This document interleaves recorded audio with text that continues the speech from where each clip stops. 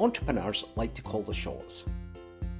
I'm not saying most of us are control freaks, but would control the weather if we could. Today's Ask Shaf is all about the balance of power in business. Who is ruling the roost in the corridors of power at your firm? Before we continue with today's Ask Shaf, can I ask you a quick favour? Can you please hit the subscribe button and notification bell on my YouTube channel? That way you'll be informed whenever I upload a new video. It will also help me out with the YouTube algorithm as my videos will appear in more searches. Anyway, back to today's Ask Shaf. When you are an entrepreneur, there are only two possibilities in terms of shareholdings in companies. You either have control or you don't.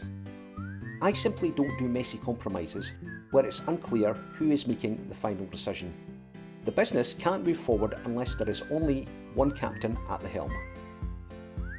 During my time at Dragonsden Online, I rarely bought a controlling stake.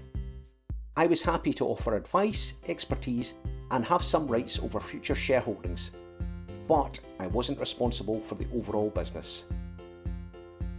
It's a different story when it comes to my own firms. I'm top of the chain of command and have absolute control. Believe me, this isn't a power trip. I know that with great power comes great responsibility, and I will never lose sight of that. I didn't get here by chance. I've measured every decision I've made on the way and weighed up the pros and cons. When you are growing a business, you can be passionate and impatient and in a hurry to borrow money. But be careful. Banks are no mugs when it comes to lending, and they have more experience than you when it comes to protecting their positions. They can take rights over debtors and stock. They can demand mortgages on your property, covenants and complicated agreements if you let them. The next thing you know is you no longer have control of your company, the bank does. If you are considering this, get advice from your accountant and your lawyer and don't do anything rash.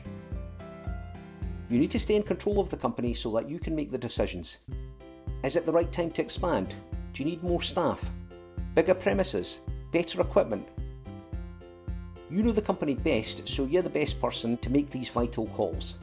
Some choices will be difficult, but if you have control, you can trust your instincts and do what you want, not what the bank says.